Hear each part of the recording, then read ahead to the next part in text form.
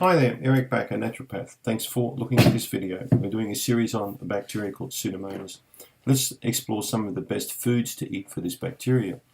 Bacteria like Pseudomonas thrive on junky food. They will thrive on sugars, poor fats, basically takeaway food, soda drinks, candy, ice cream, all that kind of crap. A lot of the bacteria that we don't really like in the body in high amounts thrive on these kind of foods.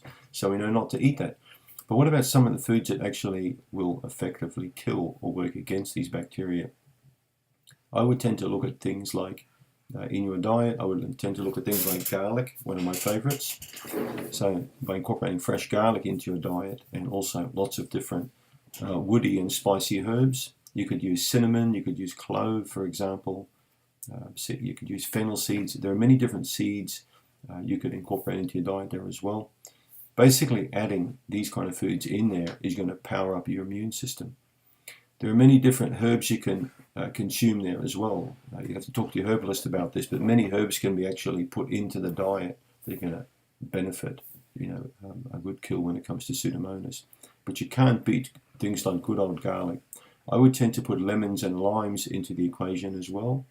I find these things are quite good at adjusting the acid-alkaline balance in the body. They tend to clean up the digestive tract. So lime and lemon juice, grapefruit juice may work as well, particularly if you put 2 or 3 drops of grapefruit seed extract in with the citrus juice when you drink it. So with the garlic, it's good to chop 1 small clove fine and then mix that into food just before you eat that at night. So those would be special things I'd put into the diet. Fresh produce is something that a lot of bacteria aren't really going to find exciting.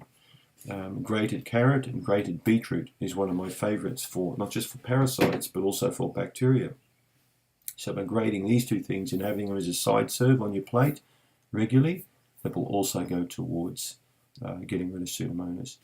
Now, not strictly a food, but colloidal silver is another thing that people take in their diet if they've got Pseudomonas of the skin, of the eye, for example, or a bladder or urinary infection. They'll put colloidal silver into the diet as well.